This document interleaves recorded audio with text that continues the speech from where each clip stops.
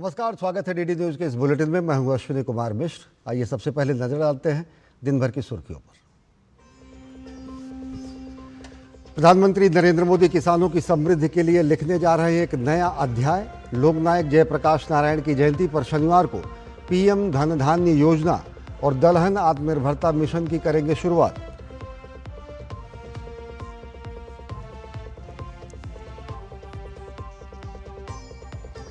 केंद्रीय गृह एवं सहकारिता मंत्री अमित शाह ने एसआईआर को लेकर विपक्षी दलों को घेरा। कहा, कुछ राजनीतिक दलों को घुसपैठियों में दिखता है वोट बैंक।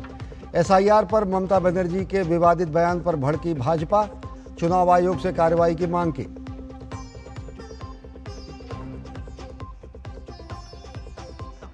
बिहार विधानसभा चुनाव के लिए सीट बंटवारे को लेकर मंथन जारी। दिल्ली से पटना तक बैठकों का दौर।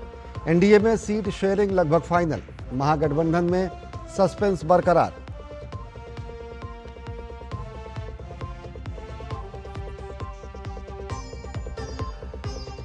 विदेश मंत्री डॉक्टर एस जयशंकर से मुलाकात में अफगानिस्तान के विदेश मंत्री का आतंकवाद के मुद्दे पर बड़ा आश्वासन।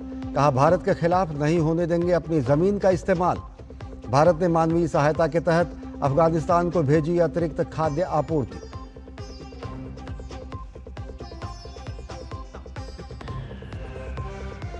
काबुल में धमाके के बाद तनाव। अफगानिस्तान ने पाकिस्तान पर लगाया हवाई क्षेत्र के उल्लंघन का आरोप। स्थिति बिगड़ने पर परिणाम भुगतने की चेतावनी दी। तहरीके लब्बैक पाकिस्तान ने सरकार के खिलाफ खोला मोर्चा। लाहौर में भारी गोलीबारी।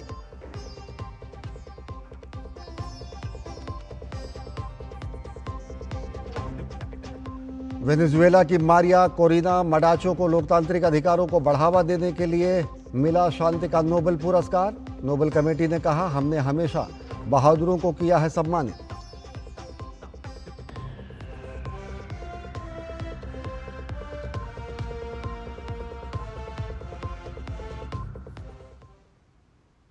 और अब देखते हैं खबरों को विस्तार से। देश के किसानों को प्रधानमंत्री नरेंद्र मोदी शनिवार को दो बड़ी सौगात देने वाले हैं। इस बार बजट में घोषित की गई पीएम धन धान्य योजना की शुरुआत कल से होने जा रही है, जिसके तहत पैदावार के लिहाज से देश के पिछड़े 100 जिलों की पहचान करके उन्हें खेती में आगे बढ़ाया जाएगा। इसके अलावा प्रधानमंत्री नरेंद्र मोदी देश को दलहन के क्षेत्र में आत्मनिर्भर बनाने के लिए दलहन आत्मनिर्भरता योजना की शुरुआत करेंगे। लोकनायक जयप्रकाश नारायण की जयंती के अवसर पर प्रधानमंत्री नरेंद्र मोदी इन दोनों बड़ी पहल की शुरुआत करेंगे और इससे देश के अन्नदाताओं को संबल मिलेगा।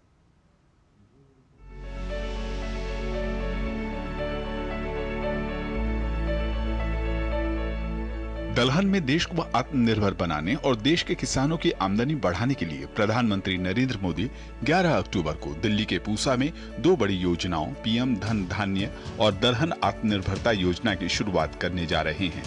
इस अवसर पर पीएम मोदी किसानों से संवाद भी करेंगे और उन्हें सम्मानित भी करेंगे। इस कार्यक्रम की जानकारी देते हुए केंद्रीय कृषि मंत्री शिवराज सिंह चौहान ने कहा कि अब भारत की कृषि पिछली सरकारों से नहीं बल्कि वैश्विक मानदंडों पर आंकी जाएगी। उनका कहना है कि प्रधानमंत्री मोदी के नेतृत्व में भारत दुनिया का फूड बास्केट बनने की दिशा में आगे बढ़ रहा है। उत्पादन बढ़ाने का सवाल है। मुझे कहते हुए गर्व है कि 2014 से लेकर अब तक कुल खाद्यान्नों का उत्पादन हम देखें तो 40% के आसपास बढ़ा है।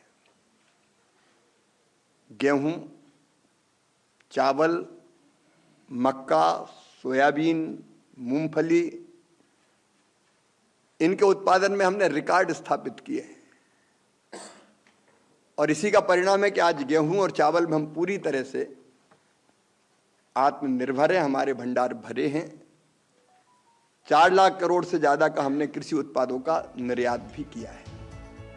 इन योजनाओं के तहत कृषि अवसंरचना कोष, पशुपालन, मत्स्य पालन और खाद्य प्रसंस्करण से जुड़ी 1100 से अधिक परियोजनाओं का उद्घाटन और शिलान्यास किया जाएगा। कुल मिलाकर 42,000 करोड़ रुपए से अधिक की ऐतिहासिक पहलें किसानों की तरक्की के लिए शुरू की जा रही हैं। दलहन आत्मनिर्भरता मिशन के तहत सरकार ने बड़ा लक्ष्य तय किया है। वर्ष 2030-31 तक दालों की बुआई का क्षेत्र 275 लाख हेक्टेयर से बढ़ाकर 310 लाख हेक्टेयर किया जाएगा। दालों का उत्पादन 242 लाख टन से बढ़ाकर 350 लाख टन का लक्ष्य तय किया गया है। उत्पादकता बढ़ाने के लिए अच्छे बीज किसानों तक मिनी किट्स के रूप में पहुंचाए जाएंगे। जल्द ही 126 लाख क्विंटल प्रमाणित बीज किसानों को दिए जाएंगे, जिनमें से 88 लाख बीज किट निशुल्क वितरित होंगे।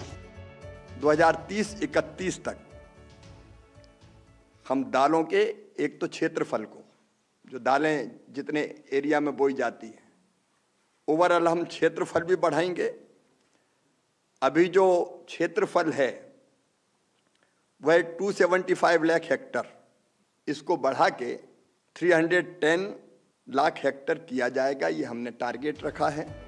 मोदी सरकार ने देश में ऐसे 100 जिलों को चिन्हित किया है जहां उत्पादकता अपेक्षाकृत कम है।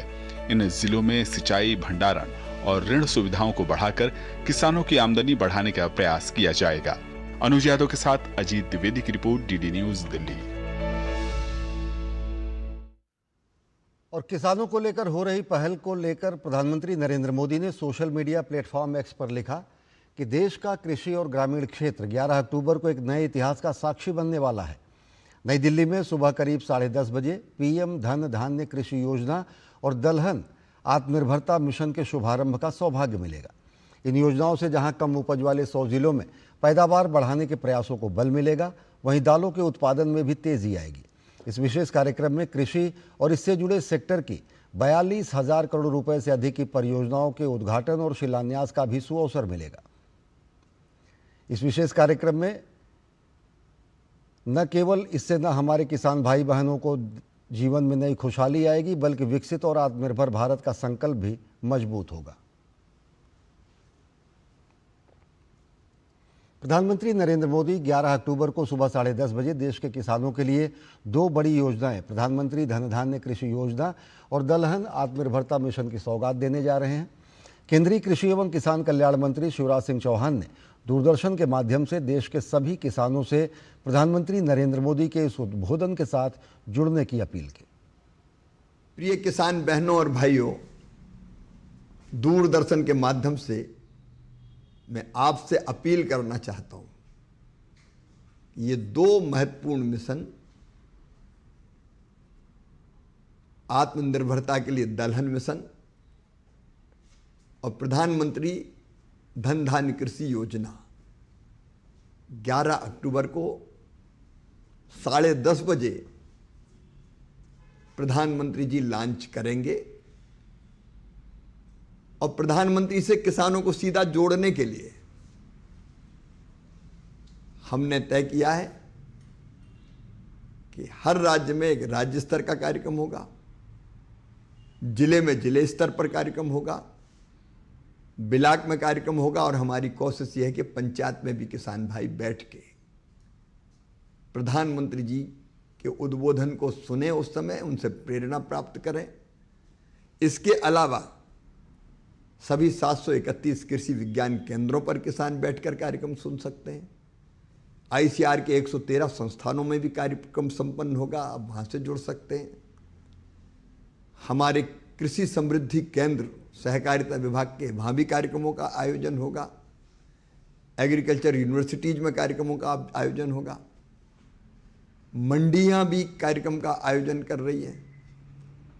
कहीं ना कहीं बैठकर इस कार्यक्रम को जरूर सुने। ये कार्यक्रम, प्रधानमंत्री जी का कार्यक्रम में उद्बोधन, आपको कृषि में उत्पादन बढ़ाने के लिए, बेहतर कृषि करने के लिए नई प्रेरणा और नई ऊर्जा देगा। और इनमें से भी अगर किसी स्थान पर ना पहुंच सके तो ऑनलाइन, टीवी पर या अपने मोबाइल पर जरूर प्रधानमंत्री जी से जुड़ें। केंद्रीय गृह एवं सहकारिता मंत्री अमित शाह ने लेखक नरेंद्र मोहन की जयंती पर उनकी स्मृति में आयोजित जागरण साहित्य सृजन सम्मान समारोह में मुख्य अतिथि के तौर पर शिरकत की। इस अवसर पर उन्होंने जागरण साहित्य सृजन सम्मान के लिए चयनित लेखकों को 11 लाख रुपए की धनराशि और स्मृति चिन्ह से सम्मानित किया। कार्यक्रम को संबोधित करते हुए केंद्रीय मंत्री ने कहा कि हिंदी है हम न सिर्फ एक वाक्य है, बल्कि ये हमारी हजारों साल की बहती हुई संस्कृति का साक्षात स्वरूप है। हिंदी है हम एक वाक्य जो है हमें हमारी हजारों साल की बहती हुई सांस्कृतिक नदी के साथ जोड़ने वाला वाक्य है, और यही वाक्य हमें सच्चे मायने में सच्चा भारतीय भी बनाता है, क्योंकि कोई भी राष्ट्र अपनी सांस्कृतिक धारा से कटकर चल नहीं सकता। कोई भी राष्ट्र हमारे साहित्य के धारा प्रवाह से कटकर खड़ा नहीं हो सकता।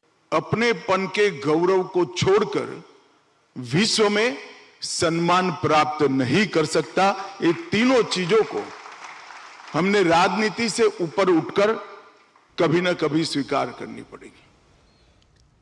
केंद्रीय मंत्री अमित शाह ने मतदाता सूची गहन पुनरीक्षण यानी एसआईआर को लेकर विपक्षी दलों को आड़े हाथ लिया। उन्होंने कहा कि एसआईआर पहली बार नहीं हो रहा है। देश में निष्पक्ष चुनाव कराने के लिए मतदाता सूची को सही करना चुनाव आयोग का दायित्व है। एसआईआर पहली बार नहीं हो रहा है, 51 से एसआईआर हो रहे हैं, और एसआईआर एक प्रकार से चुनाव आयोग का दायित्व है। और फ्री एंड फेयर चुनाव तभी हो सकता है जब हम मतदाता सूची मतदाता की व्याख्या के अनुरूप करें। चुनाव की प्रक्रिया में जो देश का नागरिक नहीं है उसको मताधिकार देते हो, तब मत देने का कारण राष्ट्र का हित नहीं बनता है। मुझे कौन इस देश में रहने देगा, वो कारण से वोट की जाती है। और जब मत देने का कारण राष्ट्र का हित नहीं रहता है, लोकतंत्र कभी सफल नहीं हो सकता है। घुसपैठियों को संरक्षण देने को लेकर केंद्रीय मंत्री ने पश्चिम बंगाल समेत कई राज्य सरकारों को जिम्मेदार बताया। सीमा है इसमें, ये थोड़ा कठिन है, मगर मैंने बोला मैं अब आपको पूछना चाहता हूं, घुसपैठ कर वो कहां जाता है? तो वहां से जो घुसपैठ होती है उसको प्रश्रय कौन देता है? वहां की राज्य सरकारें देती है। प्रश्रय क्यों देते, आश्रय क्यों देते हैं? क्योंकि कुछ पार्टियों ने उसमें वोट बैंक देखना शुरू कर दिया है, इसलिए वहां आश्रय मिलता है। भारतीय जनता पार्टी ने डिटेक्ट, डिलीट और डिपोर्ट, ये 3 सूत्रों को 50 के दशक से स्वीकार कर चले हैं। घुसपैठियों को हम डिटेक्ट भी करेंगे, हम पूरा प्रयास करेंगे कि मतदाता सूची से वो डिलीट हो जाए, और बाद में उनके देश में उनको वापस भेजने का भी हम काम करेंगे। पश्चिम बंगाल में अगले साल 2026 में विधानसभा चुनाव होने हैं, लेकिन चुनाव से पहले एसआईआर को लेकर ममता बनर्जी और भाजपा के बीच राजनीतिक टकरावट देखने को मिल रही है। मुख्यमंत्री ममता बनर्जी ने एसआईआर को एनआरसी लागू करने की साजिश बताया है, जबकि भाजपा ने पलटवार करते हुए चुनाव आयोग से कड़ी कार्रवाई की मांग की है। पश्चिम बंगाल में विशेष गहन पुनरीक्षण अभियान को लेकर मुख्यमंत्री ममता बनर्जी के विवादित बयान से नया तूफान खड़ा हो गया है। ममता ने एसआईआर को फर्जी और जनता को दरकिनार करने वाला उपाय बताते हुए न केवल चुनाव आयोग पर निशाना साधा, बल्कि इसके लिए भाजपा को भी जिम्मेदार ठहरा दिया। इतना ही नहीं, बंगाल को क्रांति की धरती बताते हुए बंगाल को अन्य राज्यों की तरह समझने की भूल न करने की धमकी भी दे डाली। भाजपा ने ममता बनर्जी के बयान को गैर जिम्मेदाराना बताया है। विपक्ष के नेता शुवेंदु अधिकारी के नेतृत्व में बीजेपी प्रतिनिधिमंडल ने राज्य के मुख्य निर्वाचन अधिकारी से मुलाकात की और सीएम ममता बनर्जी पर चुनाव आयोग के अधिकारियों को धमकाने का आरोप लगाते हुए कड़ी कार्रवाई की मांग की। ये रिप्रेजेंटेशन की में मांग है, ममता बनर्जी जो बात बताया in presence of chief secretary Manoj Paul, please take appropriate action as early possible. Election commission का गाइडलाइन पूरा वायलेशन किया, पूरा स्टेट में hundreds of violation. We submitted the documents and everything. अभी दूसरा किस्म का, तीसरा किस्म का नए कंस्पिरेसी वो लोग कर रहे हैं, और बंगाल में ममता बनर्जी प्रोटेस्ट कर रहा है। उनका जो कंस्पिरेसी महाराष्ट्र में था, दिल्ली में था, तो यहाँ पर बंगाल में वो नहीं चलेगा। भाजपा का आरोप है कि तृणमूल कांग्रेस अब केवल अवैध बांग्लादेशी और रोहिंग्या घुसपैठियों के वोटों पर निर्भर है। ममता बनर्जी को पता है कि अगर पारदर्शी तरीके से मतदाता सूची बन गई तो उनके लिए मुश्किल खड़ी हो जाएगी। पूर्व में भी पश्चिम बंगाल की सरकार के द्वारा जिस प्रकार से उनके संरक्षण में हिंसा को बढ़ावा मिला है, जिसपे कई मौकों के ऊपर न्यायालय की टिप्पणियां भी रही हैं, आज सीधे सर्वोच्च पद से इस प्रकार की बात करना बहुत गंभीर चिंताजनक है। और मैं कह सकता हूं, संविधान अगर खतरे में है तो इस प्रकार की सोच की वजह से खतरे में है। तो सिस्टम है, अरे इसीलिए एसआईआर हो रही है। डर क्यों रहे हैं आप? हर 20-25 साल में होता है और एक प्रोसीड्योर हो रहा है, लेकिन आपको डर है कि आपने जो बांग्लादेश से बुला कर लोगों को वोटर बनाया यहाँ, ये भी छट जाए। ममता बनर्जी का विवादित बयान ऐसे समय सामने आया है जब चुनाव आयोग ने साफ कर दिया है कि एसआईआर पूरे देश में होगा। पश्चिम बंगाल में 2026 में आगामी विधानसभा चुनाव को देखते हुए चुनाव आयोग की टीम राज्य में एसआईआर प्रक्रिया की तैयारी कर रही है। उप निर्वाचन आयुक्त और वरिष्ठ आयोग अधिकारी जिलों के चुनाव अधिकारी, ईआरओ और बूथ स्तर के अधिकारियों बीएलओस के साथ बैठकें कर स्थिति का जायजा ले रहे हैं। सूत्रों के अनुसार इन बैठकों का संदेश स्पष्ट है कि किसी भी अनियमितता को बर्दाश्त नहीं किया जाएगा और एसआईआर किसी भी समय लागू किया जा सकता है। Bureau report, DD news. और बिहार में चुनावी तारीखों के ऐलान के बाद सियासत तेज हो चुकी है। पहले चरण के चुनाव के लिए शुक्रवार को नामांकन का काम भी शुरू हो गया, लेकिन अभी तक सियासी गठबंधनों के बीच सीट बंटवारे का मामला पूरी तरह सुलझ नहीं पाया है। एनडीए और महागठबंधन के सहयोगी दलों के बीच अभी तक सीट बंटवारे का ऐलान नहीं हुआ है, लेकिन दिल्ली से लेकर पटना तक बैठकों का दौर जारी है ताकि आपसी सहमति पर अंतिम मोहर लगाई जा सके। एनडीए में बैठकों के बाद सभी दलों ने सहमति की बात कही है और इसके बाद जल्द ही एनडीए के सीटों के बंटवारे का फैसला हो जाएगा। बिहार इन दिनों देश की सियासी हलचल का केंद्र बना हुआ है। विधानसभा चुनाव से पहले जहां सभी पार्टियों में बैठकों का दौर जारी है, तो दोनों प्रमुख गठबंधनों के दलों के बीच सीट बंटवारे को लेकर भी मंथन चल रहा है। एनडीए के सभी सहयोगी दलों की बैठकें भी तेज हो गई हैं। बीजेपी के बिहार चुनाव प्रभारी धर्मेंद्र प्रधान और बिहार बीजेपी के संगठन प्रभारी विनोद तावड़े ने सहयोगी दलों के नेताओं के साथ मुलाकात की और सीट बंटवारे से लेकर साझा रणनीति पर विचार विमर्श किया। पटना में हुई इन बैठकों में उपेंद्र कुशवाहा, विजय चौधरी, सम्राट चौधरी, ललन सिंह, संजय झा, दिलीप जायसवाल, उमेश कुशवाहा समेत एनडीए के अनेक नेता मौजूद रहे। 2025 फिर से नीतीश, तो सीटों का बंटवारा स्वाभाविक रूप से गठबंधन का घटक दल होता है तो उम्मीदें रहती है, लेकिन समय हो जाएगा। चिराग मांझी नाराज हैं क्या? ना, कोई नाराज नहीं, मोहब्बत भरा संघर्ष होता है हमारे यहाँ। पटना में बीजेपी नेता और केंद्रीय मंत्री नित्यानंद राय ने चिराग पासवान से मुलाकात की, जिसके बाद दोनों ही नेताओं ने मीडिया से बात करते हुए आश्वस्त किया कि एनडीए में सब कुछ ठीक है। हम लोग पहले ही डिस्कस कर लेना चाहते हैं ताकि बाद में गठबंधन के भीतर किसी भी चीज को लेकर, सीटों को लेकर, प्रत्याशियों को लेकर, कहां पे कौन कैसे प्रचार करेगा, कैसे, हर चीज को विस्तार से हम लोग चर्चा करना चाहते हैं, जो कि बहुत अच्छे से हुई है, हो रही है। चिराग पासवान जी ने आपको बहुत स्पष्ट शब्दों में कहा है और बिहार में एनडीए की सरकार बनाने की उनकी मन की जो योजना है उस पर बहुत विस्तृत से आपको बताया। सब सकारात्मक है, कहीं कुछ नहीं है।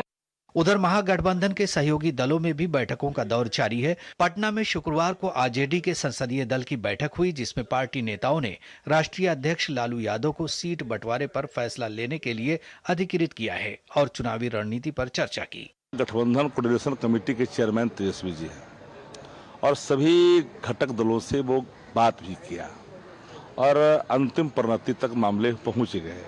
अब महत्वपूर्ण विषय ये है कि तेजस्वी जी का चेहरा 243 विधानसभा में, सहयोगी पार्टी हर जगह सहयोग करेंगे, एक सीट पर बात हो रही है। सियासी मेल मुलाकातों के बीच बीजेपी ने महागठबंधन पर जंगल राज को लेकर फिर से हमला बोला है, तो महागठबंधन के नेता भी बिहार में सरकार बनाने का दावा कर रहे हैं।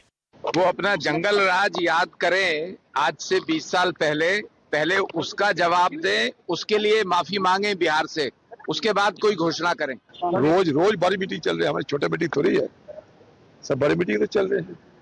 कल प्रेस कॉन्फ्रेंस करके सारे कुछ बता दिया गया है आपको। बिहार के चुनावी दंगल में पहली बार किस्मत आजमा रहे जनसुराज पार्टी के नेता प्रशांत किशोर ने भोजपुरी गायक अभिनेता पवन सिंह की पत्नी ज्योति सिंह से मुलाकात की तो राजनीतिक अटकलें तेज हो गईं। जनसुराज पार्टी ने अपने 51 उम्मीदवारों की पहली सूची गुरुवार को ही जारी कर दी। जहां राजनीतिक दल अपनी अपनी जोर आजमाइश में लगे हुए हैं, इस बीच बिहार चुनाव आयोग ने बयान जारी करके कहा है कि बिहार राज्य में विशेष गहन पुनरीक्षण अभियान 2025 के दौरान 9 अक्टूबर तक सभी विधानसभा क्षेत्रों में निर्वाचक निबंधन पदाधिकारी द्वारा मतदाता सूची में नाम जोड़ने या हटाने के संबंध में लोक प्रतिनिधित्व अधिनियम की धारा 24A के अंतर्गत जिला दंडाधिकारी को कोई अपील प्राप्त नहीं हुई है।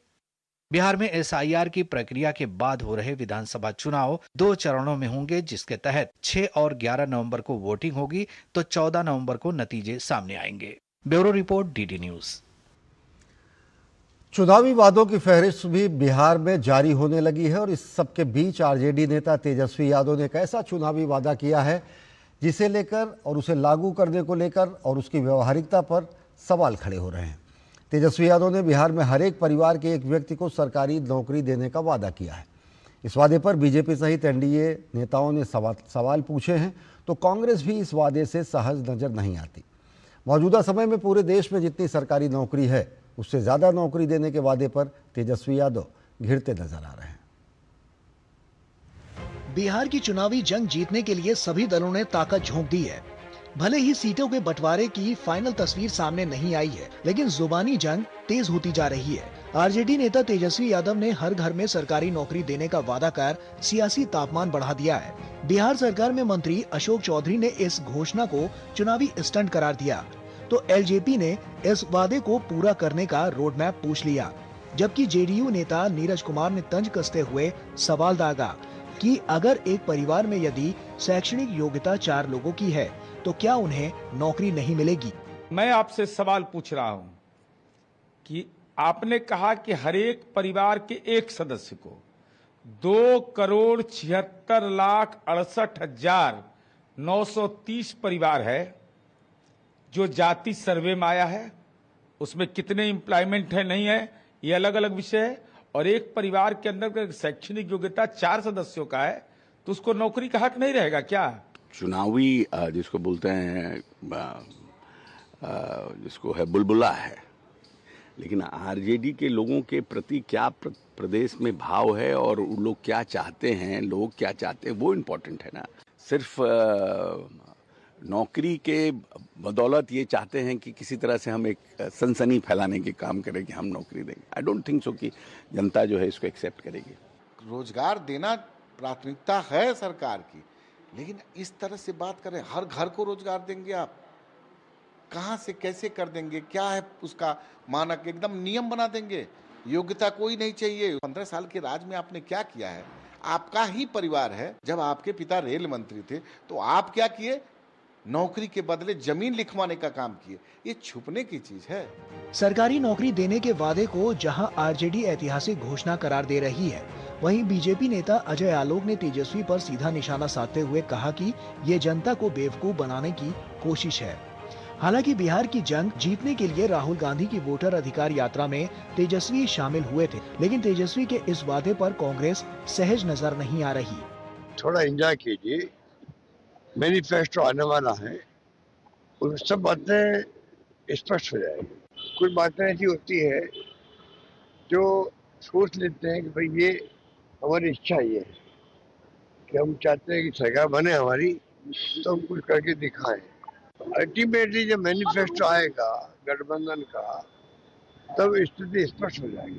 तेजस्वी जी ने ऐतिहासिक घोषणा की है। 2020 में 10 लाख नौकरी का वादा था। इसके पहले तो कोई नौकरी रोजगार पर मुद्दे पर बात ही नहीं करते थे। ये तेजस्वी जी ने पूरे देश में एजेंडा सेट कर दिया तो हर राज्यों में और देश के चुनाव में नौकरी की बात होने लगी। दिमाग वहाँ घर में छोड़ के आते हैं क्या ये लोग?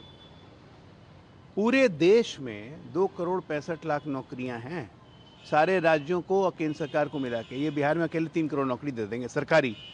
जिस व्यक्ति को नौकरी और रोजगार में अंतर नहीं पता हो, उसका विजन है, इनको अपने विजन का रिवीजन करने की जरूरत है। जहां मौजूदा सरकार खुद को दोहराने की जुगत में है, वहीं विपक्षी दल सत्ता में आने के लिए हर संभव कोशिशों में जुटे हुए हैं। चुनावी बेला में वादों का मेला लगना कोई नई बात नहीं है, लेकिन नेताओं को समझना होगा कि सोशल मीडिया के इस दौर में नौजवान जीतने के बाद किसी वादे को भूलने वाले नहीं हैं। Bureau report, DD news. और भारत और अफगानिस्तान के रिश्तों के लिहाज से शुक्रवार का दिन बेहद खास रहा। अफगानिस्तान के विदेश मंत्री भारत के दौरे पर हैं। शुक्रवार की उनकी विदेश मंत्री डॉक्टर एस जयशंकर से लंबी मुलाकात हुई। दोनों देशों ने आपसी सहयोग को तेजी से आगे बढ़ाने पर सहमति जताई है। तो वह अफगानिस्तान ने अपनी ज़मीन का इस्तेमाल आतंकवाद के लिए नहीं किए जाने का, भारत के खिलाफ किसी भी तरीके के आतंकवादी गतिविधि को वहां से संचालित न किए जाने का भरोसा दिया है। इस मुलाकात के दौरान भारत ने काबुल में फिर से भारतीय दूतावास खोलने की बात कही है। मौजूदा भू राजनीतिक हालात के मद्देनज़र दोनों देशों के नेताओं की यह मुलाकात बेहद खास मानी जा रही है। शुक्रवार को नई दिल्ली में विदेश मंत्री डॉक्टर एस जयशंकर और अफगानिस्तान के विदेश मंत्री अमीर खान मुत्ताकी के बीच प्रतिनिधिमंडल स्तर की बातचीत हुई। एक अहम मुद्दा दोनों देशों के बीच राजनयिक संबंधों को पटरी पर लाना था, जो तालिबान के इस बार सत्ता में आने के बाद से बाधित हो गया था। विदेश मंत्री डॉक्टर एस जयशंकर ने काबुल स्थित भारतीय तकनीकी मिशन को दूतावास का दर्जा देने की घोषणा की। भारत अफगानिस्तान रिश्ते में यह अहम बदलाव है, जिसका मतलब है कि दोनों देशों के बीच राजनयिक संबंधों की बहाली हो गई है, जो तालिबान के शासन में आने के बाद से रुकी हुई थी। Closer cooperation between us contributes to your national development as well as regional stability and resilience. To enhance that, I am pleased to announce today the upgrading of India's technical mission in Kabul to the status of Embassy of India. ऐतिहासिक रूप से अफगानिस्तान में भारत के रचनात्मक सहयोग को देखते हुए ही विदेश मंत्री मुत्ताकी की भारत यात्रा की शुरुआत हुई। बैठक में दोनों नेताओं ने स्वास्थ्य, शिक्षा, मानवीय सहायता और व्यापारिक संबंधों को आगे बढ़ाने पर जोर दिया। भारत ने अफगानिस्तान में 6 नए स्वास्थ्य प्रोजेक्ट की घोषणा की और 20 एम्बुलेंस भेंट की। इनमें 5 एम्बुलेंस भारत ने मुत्ताकी को तत्काल भेंट किया है। We have a shared interest in boosting trade and commerce. I'm glad to note the commencement of additional flights between Kabul and New Delhi. Our educational and capacity building programs have long nurtured the Afghan youth. We will expand avenues for Afghan students to pursue studies at Indian universities. हाल ही में भारत ने अफगानिस्तान के भूकंप प्रभावित इलाकों में पुनर्निर्माण और पुनर्वास में मदद की थी और आगे भी सहयोग जारी रखने का वादा किया है। बैठक में अफगान विदेश मंत्री ने भारत की भूमिका की सराहना की और आपसी रिश्तों को और गहरा करने की बात कही। The recent earthquake in Kunar, India was the first country to respond in humanitarian assistance. We would like to show appreciation. Afghanistan looks at India as a close friend. Afghanistan wants relations based on mutual respect and trade and people-to-people, political trade and people-to-people relations. गौरतलब है कि पहलगाम में हुए आतंकवादी हमले की अफगानिस्तान ने कड़ी निंदा की थी। इसने भी दोनों देशों के बीच आपसी विश्वास बढ़ाने में मदद की। विदेश मंत्री डॉक्टर एस जयशंकर और अफगानिस्तान के विदेश मंत्री मुत्ताकी ने आतंकवाद के खिलाफ साझा रणनीति अपनाने और क्षेत्रीय स्थिरता के लिए मिलकर काम करने की सहमति जताई। अफगानिस्तान के विदेश मंत्री अमीर खान मुत्ताकी की ये पहली भारत यात्रा है जो संयुक्त राष्ट्र सुरक्षा परिषद की अनुमति के बाद हुई है। डॉक्टर एस जयशंकर और मुत्ताकी की मुलाकात ने भारत अफगान रिश्तों को नया आयाम दिया है। आशा है कि अब दोनों देश मानवीय सहायता, शिक्षा, व्यापार और सुरक्षा पर मिलकर काम करेंगे। अफगान विदेश मंत्री की यात्रा बेहद अहम मानी जा रही है क्योंकि पाकिस्तान ये नहीं चाहता कि भारत के साथ अफगानिस्तान के रिश्ते मजबूत हों। अखिलेश सुमन की रिपोर्ट, डीडी न्यूज, दिल्ली। और अफगानिस्तान के विदेश मंत्री अमीर खान मुत्ताकी भारत दौरे पर हैं। अपने दौरे के दौरान उन्होंने भारतीय विदेश मंत्री डॉक्टर एस जयशंकर से मुलाकात की। इस दौरान भारत ने भूकंप से प्रभावित अफगान लोगों के लिए अपनी चल रही मानवीय सहायता के हिस्से के रूप में अतिरिक्त खाद्य आपूर्ति की। विदेश मंत्रालय के प्रवक्ता रणधीर जायसवाल ने अफगानिस्तान को भेजी जा रही मदद सामग्री की तस्वीरें सोशल मीडिया पर साझा की।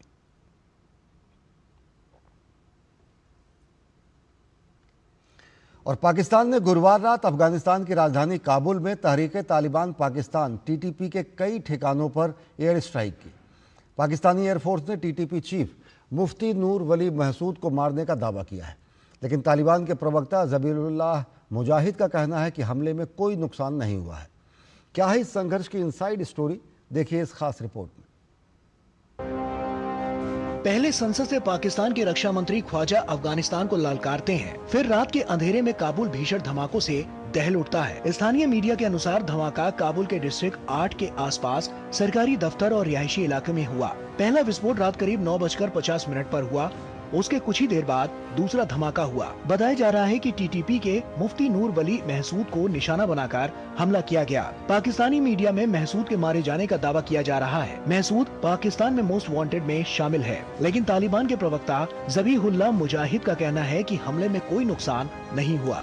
स्थानीय लोगों का दावा है कि हमलों के कुछ घंटों बाद तक ड्रोन और विमान राजधानी के ऊपर उड़ते हुए देखे गए। खबरों के मुताबिक रुक रुक कर विमानों और ड्रोन की आवाजें सुनाई देती रहीं। विस्फोट के साथ विमानों की गड़गड़ाहट सुनाई पड़ी। हालांकि अब तक हमले की किसी ने जिम्मेदारी नहीं ली है, लेकिन हमले ने पाकिस्तान और अफगानिस्तान में तनाव चरम पर पहुंचा दिया है। पाकिस्तान बार बार तालिबान पर पाकिस्तानी संगठन टीटीपी यानी तहरीके तालिबान पर शरण देने का आरोप लगाता है, लेकिन तालिबान इससे इनकार करता है। टीटीपी ने पाकिस्तानी सेना के खिलाफ खुली जंग छेड़ रखी है और हाल के महीनों में अपने हमलों में काफी तेजी लाई है। मंगलवार को टीटीपी ने खैबर पख्तूनख्वा प्रांत में 3 अफसर सहित 11 सैनिकों को ढेर कर दिया था। टीटीपी ने 11 पाकिस्तानी सैनिकों को मारकर अपना बदला पूरा किया था। अब पाकिस्तानी सेना ने ओरकजई हमले में शामिल सभी 30 टीटीपी सदस्यों को मार गिराने का दावा किया है। काबुल में हमला इसी कार्रवाई की कड़ी में हो सकता है। अमेरिका के पूर्व राजदूत जालमे खलीलजाद ने काबुल विस्फोट पर गहरी चिंता जताई है। उन्होंने पाकिस्तान के इस कदम को बड़ा खतरा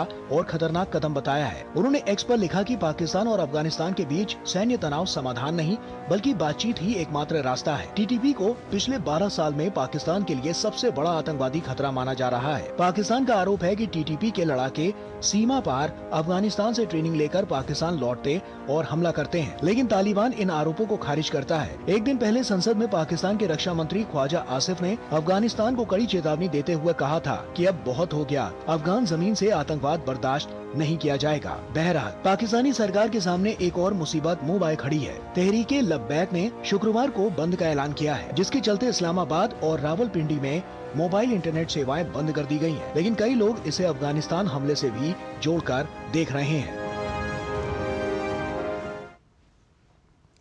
राष्ट्रपति द्रौपदी मुर्मू गुजरात के 3 दिवसीय दौरे पर हैं। इस दौरान राष्ट्रपति ने गुजरात के सासनगीर में स्थानीय जनजातीय समुदाय के लोगों से संवाद किया। उन्होंने कहा कि देश लगातार आगे बढ़ रहा है और आदिवासी समुदाय के लोग भी धीरे धीरे आगे बढ़ रहे हैं, लेकिन आदिवासी लोगों में पुरानी छाप देखने को मिलती है।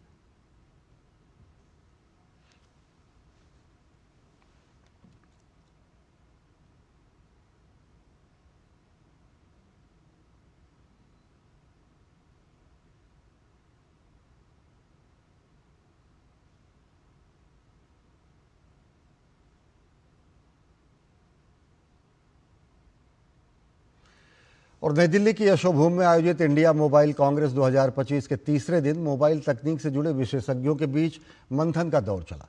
इस दौरान कई सत्रों में एआई के भविष्य से जुड़ी संभावनाओं पर चर्चा हुई और साथ ही कई दिग्गज दूरसंचार कंपनियों और स्टार्टअप ने अपने उत्पादों का प्रदर्शन किया। यशोभूमि में आयोजित इंडिया मोबाइल कांग्रेस 2025 के तीसरे दिन भारत में AI for good impact India सम्मेलन में दूरसंचार विभाग के सचिव डॉक्टर नीरज मित्तल ने कहा कि भारत का एआई मिशन देश को विश्वसनीय और मानव हितैषी एआई शक्ति बनाने पर लक्षित है। AI for good vision to a $1.25 billion India AI mission by investing in research, startups, skilling to advance the goals of a secure and inclusive AI ecosystem. Electronics और सूचना प्रौद्योगिकी मंत्रालय के सचिव एस कृष्णन ने इंडिया एआई मिशन सत्र को संबोधित करते हुए 2047 तक विकसित भारत के लक्ष्य को प्राप्त करने के लिए एआई को एक अग्रणी साधन के रूप में उपयोग करने पर बल दिया। In order to get more people included into that availability framework and accessibility framework, that is what has actually driven the way that the AI compute effort in India and under the India AI mission has been designed. And that is what a number of international agencies have also found very appealing as a model which can be used for the rest of the global south. संचार मंत्रालय के दूरसंचार विभाग के C.NET ने 6G और quantum जैसी तकनीकों में भारत के सामर्थ्य को सामने रखा। Software technology parks of India ने आत्मनिर्भर भारत की क्षमताओं को दर्शाया है। पूरे देश में 68 सेंटर बना रखे हैं, जिसमें 60 सेंटर हमारे ऐसे हैं जो टियर 2 टियर 3 सिटीज़ में हैं। तो हमारा अल्टीमेट ऑब्जेक्टिव ये है कि देश में कैसे सबको साथ लेके चलें, इंक्लूसिव ग्रोथ कैसे हो। तो वही जो स्टार्टअप नॉर्थ ईस्ट में है, गुवाहाटी में है, उसको हम यहाँ लेके आए हैं। C.NET ने क्वांटम सिक्योरिटी में बहुत अच्छा काम किया है। क्वांटम कम्युनिकेशन में 2 प्रोडक्ट बनाए हैं, क्वांटम की डिस्ट्रीब्यूशन और दूसरा बनाया है पोस्ट क्वांटम क्रिप्टोग्राफी जो एल्गोरिथम के ऊपर बेस्ड है। वो आप देखेंगे ये ऑलरेडी हमने डिप्लॉयड है फील्ड में, टेक्नोलॉजी ट्रांसफर हो चुकी है। तो ये लिंक सिक्योरिटी के लिए है जिसको कोई ब्रेक नहीं कर सकता। वहीं यूनिसेल की तरह कई स्टार्टअप भी अपनी प्रतिभा को दर्शा रही हैं। करंटली अभी हम जो है डेटा सेंटर्स को फोकस कर रहे हैं, क्योंकि डेटा सेंटर्स में भी बहुत सारे पैसिव कनेक्टिविटी सॉल्यूशंस हैं जो सपोर्ट करते हैं डेटा सेंटर्स उसको। सिमिलरली नेक्स्ट स्टेप हमारा डिफेंस और एरोस्पेस का रहेगा, जिसमें हम सिमिलर डिजिटल इंडिया के अंडर जो है नए प्रोडक्ट्स को इंट्रोड्यूस करेंगे और आगे बढ़ेंगे। दूरसंचार क्षेत्र के दिग्गजों के बीच एक बेहतर सर्वसुलभ दूरसंचार तकनीकों के विकास पर मंथन लगातार जारी है। Chandrashekhar, DD news. और दिल्ली की यशोभूमि में चल रहे इंडिया मोबाइल कांग्रेस 2025 में डिपार्टमेंट ऑफ टेलीकम्युनिकेशन के सेक्रेटरी नीरज मित्तल ने बताया कि कैसे टेलीकॉम सेक्टर में 6G को लेकर बेहद उत्साह है और लगातार प्रोत्साहन के साथ सरकार इस क्षेत्र में आगे बढ़ रही है।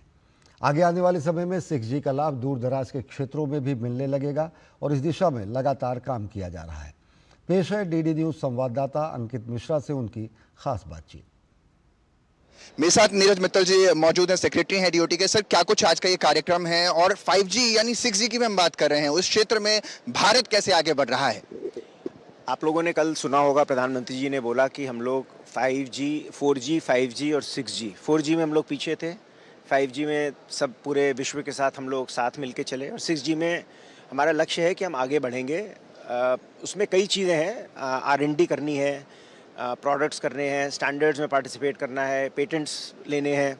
तो पूरा एक भारत 6G अलायंस प्रधानमंत्री जी ने इसको लॉन्च किया था। उसकी आज मीटिंग भी हुई, कल भी मीटिंग थी, 2 दिन से कॉन्फ्रेंस चल रही है। सारे देश विदेश के लोग आए हुए हैं, कई कंट्रीज़ के साथ हम लोगों ने कोलैबोरेशन किए हैं, क्योंकि एक कोलैबोरेटिव एफर्ट है। ITU में जाकर क्या स्टैंडर्ड बनेगा और क्या उसके कॉन्टूर्स होंगे, ये सबको मिलकर तय करना है। और देश के लिए 6G, अगर आपने कल प्रेजेंटेशन भी देखा हो तो 6G में 3-4 नई चीज़ें हैं। रिकन्फिगरेबल सर्विसेज, AI इन नेटवर्क्स, इंटीग्रेटेड सेंसिंग, ये सारी चीज़ें देश को और हमारी जो अर्थव्यवस्था है उसको एक कम्प्लीटली ट्रांसफॉर्म करने का पावर रखती है। तो हम लोग we are all looking forward to make this happen. Sir, एक आखिरी सवाल ये भी कि दूर दराज के गांव के क्षेत्र में अगर देखें तो कैसे 5G को पहुंचाने की कोशिश है, क्योंकि कई बार देखा जाता है कि कॉल ड्रॉप जैसी सिचुएशन भी देखने को मिलता है। The 5G technology is already across all the districts in the country. It's only a question of greater adoption by people, which will happen as people find it more and more useful. Thank you so much. तो साफ तौर पर मेरे साथ बातचीत करने के लिए नीरज मित्तल साहब मौजूद थे, जो सेक्रेटरी हैं DOT में, और बता रहे थे कि 5G का विस्तार किस तरीके से हो रहा है और 6G की तरफ सरकार किस तरह से आगे बढ़ती नजर आ रही है। कैमरा पर्सन देशबंधु के साथ अंकित मिश्रा, DD न्यूज, दिल्ली। भारत दूरसंचार विभाग के अंतर्गत आने वाला वायरलेस निगरानी संगठन भारत में स्पेक्ट्रम को लेकर एक कड़ा सुरक्षा कवच बनाने का काम कर रहा है। सैटेलाइट से लेकर मोबाइल फ़ोन तक के सिग्नल की भी जिम्मेदारी वायरलेस निगरानी संगठन की है और इसके साथ ही रेडियो रिसीवर के जरिए टावर के नेटवर्क की मॉनिटरिंग भी की जा सकती है। पेश है इस पर भुवनेश्वर में वायरलेस निगरानी संगठन के DOT के इंचार्ज अक्षय गुरु के साथ खास बातचीत। इंडियन मोबाइल कांग्रेस 2025 का एग्जीबिशन लगा हुआ है और इसी में हम आप पहुंचे हैं DOT के इस खास पवेलियन में। इस पवेलियन की खासियत क्या है इसको भी हम आप तक पहुंचाएंगे, लेकिन सबसे पहले आपको ये WMO यानी क्या है, वायरलेस मॉनिटरिंग ऑर्गेनाइजेशन के खास सेटअप पर हम पहुंचे हैं जो DOT के अंदर ही आता है। और इसी पर खास बातचीत करने के लिए मेरे साथ इस समय मौजूद हैं अक्षय गुरु जी, जो कि ऑफिसर इंचार्ज हैं WMO भुवनेश्वर के। बहुत बहुत स्वागत है सर आपका। और क्या कुछ इस बार आप नई टेक्नोलॉजी लेकर आए हैं, क्या कुछ नया DOT के अंदर आप लोग कर रहे हैं, WMO कर रहा है? सर एक्चुअली हम रिस्पॉन्सिबल हैं, हम नोडल एजेंसी हैं इंडिया में इंटरफेरेंस फ्री स्पेक्ट्रम देने के लिए। हम ये प्रॉमिस करते हैं सिटीजन्स ऑफ इंडिया को कि वो इंटरफेरेंस स्पेक्ट्रम मिले, सैटेलाइट से लेकर के वॉकी टॉकी से लेकर के IMT बैंड जो कि मोबाइल फ़ोन यूज़ करते हैं, वी आर रिस्पॉन्सिबल, हम उसके लिए रिस्पॉन्सिबल हैं इंडिया के अंदर। आप देख सकते हैं मेरे पीछे यहाँ पे सेटअप लगे हुए हैं, ये हमारा रेडियो रिसीवर है, इसमें हम मॉनिटरिंग हम चेक करते हैं कि स्पेक्ट्रम कितना यूटिलाइज्ड है, कितना वैकेंट है, उसके अकॉर्डिंग हम ऑप्टिमल यूटिलाइजेशन कर सकें। यहाँ पे नेटवर्क एनालाइज़र है जो दूसरा सेटअप है, इसमें ये 5G के लिए स्पेशली है क्योंकि आप जानते हैं अभी इस 5G एक नई टेक्नोलॉजी है। उसमें भी बता सकते हैं कि एयरटेल जियो के लिए कौन कौन से स्पेक्ट्रम हमने लिए हुए हैं, अभी यहाँ पे टावर में कितना सिग्नल आ रहा है, उसके पैरामीटर जान सकते हैं। उससे हमें पता लगेगा कि है ना हम कोई हमारे लाइसेंसिंग टर्म्स एंड कंडीशन को वायलेट तो नहीं कर रहा। इसको पकड़ने के लिए भी ये बहुत महत्वपूर्ण एक तरीके से है। एग्जैक्टली। सेकंड, ये भी एक सिग्नल एनालाइजर है हमारा, ये अभी 50 गीगाहर्ट्ज़ तक नाप सकता है, one of the top class models है ये हमने की साइड से परचेज़ किया था, ये लास्ट ईयर हमारे मिनिस्ट्री ने परचेज़ किया हुआ है। तो इसके थ्रू भी हम है ना स्पेक्ट्रम ये इंश्योर करते हैं कि लोगों को इंडिया के अंदर इंटरफेरेंस फ्री स्पेक्ट्रम हम प्रदान कर सकें। तो देखिए साफ तौर पर एक बड़ी जानकारी यहाँ से मिली है, जो स्पेक्ट्रम को लेकर के लगातार आप भी सुनते रहते हैं, उसको लेकर DOT में खासतौर पर WMO क्या कुछ कर रहा है उसकी जानकारी हमें देते हुए नजर आ रहे थे। कैमरा पर्सन राहुल के साथ अंकित मिश्रा, दिल्ली, DD न्यूज़। विश्व मानसिक स्वास्थ्य दिवस के अवसर पर केंद्र सरकार ने मानसिक स्वास्थ्य सेवाओं को और मजबूत करने के लिए बड़ी पहल की है। केंद्रीय स्वास्थ्य एवं परिवार कल्याण मंत्री JP नड्डा ने नई दिल्ली में टेली मानस से जुड़ी नई योजनाओं और सेवाओं की शुरुआत की। इसका मकसद बेहतर पहुंच के लिए बहुभाषी UI ऐप से जुड़ने और उपयोगकर्ताओं के लिए चैटबॉट सुविधा और आपात स्थिति के दौरान मार्गदर्शन और सहायता के लिए एक आपातकालीन मॉड्यूल युक्त उन्नत व्यवस्था उपलब्ध कराना है। JP नड्डा ने कहा कि एक स्वस्थ मन स्वस्थ शरीर का निर्माण करता है और एक स्वस्थ मन और स्वस्थ शरीर स्वस्थ राष्ट्र का निर्माण करते हैं।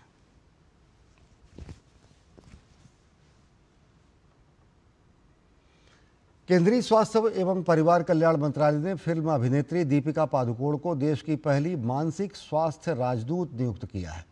दीपिका पादुकोण ने इस सम्मान पर खुशी व्यक्त करते हुए कहा कि प्रधानमंत्री नरेंद्र मोदी के नेतृत्व में भारत ने मानसिक स्वास्थ्य को प्राथमिकता देने में उल्लेखनीय प्रगति की है।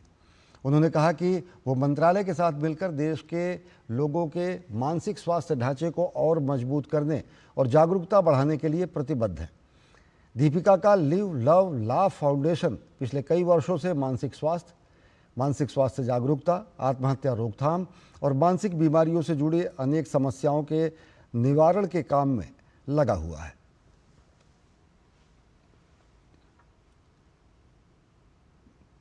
दिल्ली में वायु प्रदूषण से निपटने के लिए एक अहम कदम उठाया गया है। उपराज्यपाल VK सक्सेना ने द्वारका में एंटी स्मॉग मिस्टिंग सिस्टम की शुरुआत की। इससे 7 किलोमीटर लंबे मार्ग पर 166 स्ट्रीट लाइट पोल्स पर लगाया गया है। अनुमान है कि सिस्टम से करीब 15% तक प्रदूषण कम होगा। अधिकारियों का कहना है कि ये मिस्ट सड़क की धूल को नीचे बैठाने में मदद करेगी, हवा में मौजूद कणों को कम करेगी और साथ ही पेड़ पौधों पर जमने वाली धूल को भी रोकेगी। वायु प्रदूषण से लड़ने के इस प्रयास की DDA की सराहना की गई है।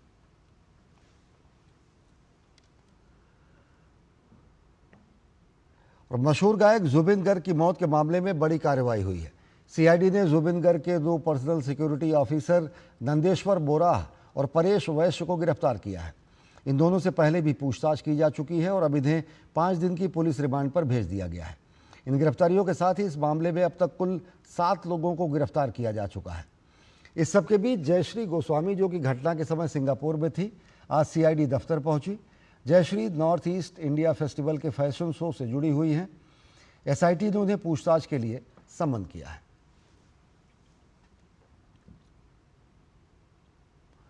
राजस्थान के बाड़मेर में जिला मुख्यालय पर शहीदों को नमन करने के लिए एक दीपक शहीदों के नाम कार्यक्रम का आयोजन किया गया। कार्यक्रम का आयोजन टीम बाड़मेर की ओर से किया गया। इस मौके पर DM टीना डाबी, ADM राजेंद्र सिंह चंदावत, ASP जसाराम बोस और भारतीय सेना के कई अधिकारी मौजूद रहे। कार्यक्रम में शामिल लोगों ने देश के शहीदों की याद में सैकड़ों दिए जलाकर शहीदों को नमन किया। कार्यक्रम में देशभक्ति के गीतों के बीच अतिथियों ने शहीदों को श्रद्धांजलि दी और कहा कि बाड़मेर के लोग हमेशा देश की रक्षा के लिए तत्पर रहते हैं। यहाँ के कई वीरों ने मातृभूमि की रक्षा में अपने प्राणों की आहुति दी है। कार्यक्रम के अंत में वीरांगनाओं और शहीदों के परिजनों को सम्मानित किया गया। और 12 अक्टूबर को दिल्ली के जवाहरलाल नेहरू स्टेडियम में आयोजित होने वाली वेदांता हाफ मैराथन के लिए मेट्रो का समय बदल दिया गया है। प्रतिभागियों की सुविधा के लिए दिल्ली मेट्रो की सेवाएं 4 टर्मिनल से सुबह 3:15 से शुरू हो जाएंगी। इन स्टेशनों में रेड लाइन रिठाला से शहीद स्थल, नया बस अड्डा तक, येलो लाइन यानी समयपुर बादली से मिलेनियम सिटी सेंटर तक यानी गुरुग्राम तक, ब्लू लाइन यानी द्वारका सेक्टर 21 से नोएडा इलेक्ट्रॉनिक सिटी और वैशाली तक, और वायलेट लाइन यानी कश्मीरी गेट से राजा नाहर सिंह तक शामिल है। इन सभी टर्मिनल पर मेट्रो सेवा सुबह 3:15 से शुरू हो जाएगी।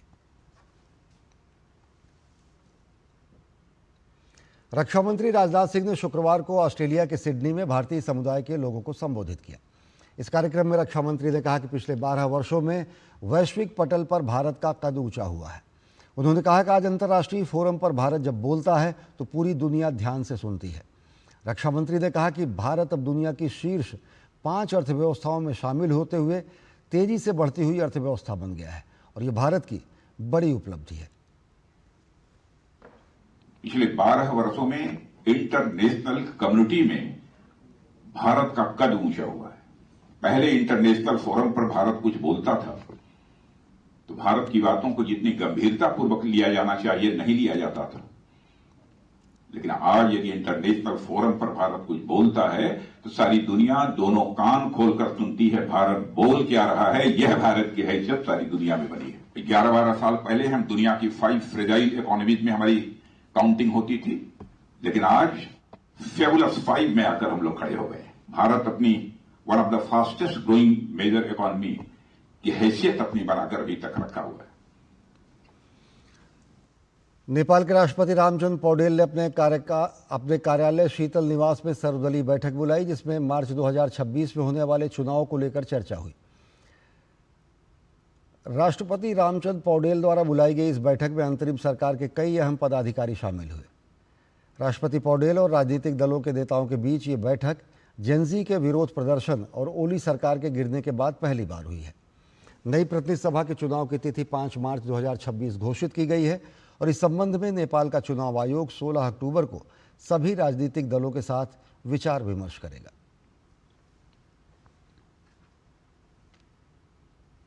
और नोबेल शांति पुरस्कार का ऐलान हो गया है। ये पुरस्कार वेनेजुएला की मारिया कोरिना मचाडो को दिया जाएगा। मचाडो के नाम का ऐलान करते हुए नोबेल कमेटी ने कहा कि हमने हमेशा बहादुरों को सम्मानित किया है। नोबेल कमेटी ने कहा कि मचाडो ने वेनेजुएला में लोकतंत्र में ऐसे भविष्य की उम्मीद जगाई है जहां नागरिकों के मूल अधिकार सुरक्षित हों। वेनेजुएला की मारिया कोरिना मचाडो को इस वर्ष शांति के नोबेल पुरस्कार से नवाजा जाएगा। मारिया मचाडो लोकतंत्र समर्थक हैं और अपने देश में 20 साल से लोकतंत्र के लिए शांतिपूर्वक संघर्ष कर रही हैं। वे वेनेजुएला में तानाशाही खत्म कर लोकतंत्र की पूर्ण बहाली के लिए प्रयासरत हैं। मचाडो ने सुमाते संगठन की भी स्थापना की है, जो लोकतंत्र की बेहतरी के लिए काम करता है। वे देश में निष्पक्ष चुनावों की मांग करती रही हैं। वर्ष 2024 में मारिया मचाडो वेनेजुएला में राष्ट्रपति पद की दावेदार थीं, लेकिन उनकी उम्मीदवारी रद्द कर दी गई थी। मारिया ने वेनेजुएला में विपक्ष को एकजुट किया, सैन्यकरण के खिलाफ लगातार आवाज उठाई और लोकतंत्र को समर्थन दिया। ये तीनों ही काम शांति के नोबेल पुरस्कार की शर्तों को पूरा करने वाले रहे। मचाडो को वेनेजुएला की आयरन लेडी कहा जाता है। अमेरिकी राष्ट्रपति डोनाल्ड ट्रंप भी मचाडो को स्वतंत्रता सेनानी कह चुके हैं। नोबेल कमेटी ने माना कि मचाडो आजादी की साहसी रक्षक हैं, जो सत्तावादी ताकतों के कब्जे का विरोध लगातार कर रही हैं। To Maria Corina Machado। Maria Corina Machado साल 2010 से 2014 तक वेनेजुएला की नेशनल असेंबली की सदस्य रह चुकी हैं। वर्तमान में मारिया मचाडो विपक्ष की नेता हैं। उन्हें 2024 में यूरोपीय संघ के सखारोव पुरस्कार से भी सम्मानित किया गया था। उन्होंने इंडस्ट्रियल इंजीनियरिंग में डिग्री हासिल की है और येल यूनिवर्सिटी से पब्लिक पॉलिसी में भी कोर्स किया है।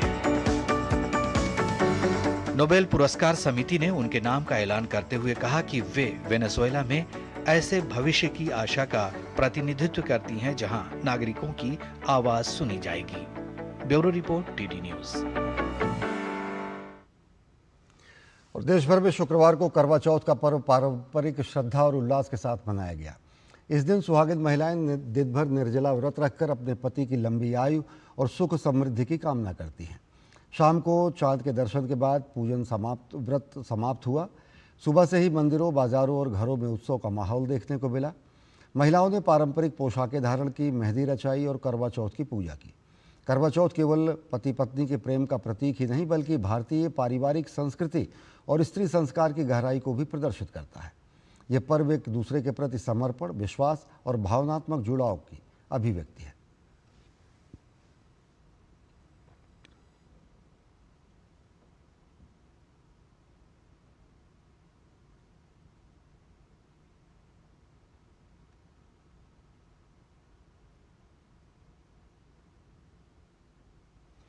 तो बुलेटिन में फिलहाल इतना ही। देश और दुनिया की ताज़ा तरीन खबरों के लिए देखते रहिए डीडी न्यूज़।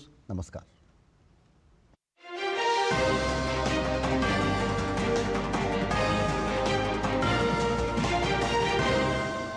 साइंस स्पार्क में इस हफ्ते देखिए कैसे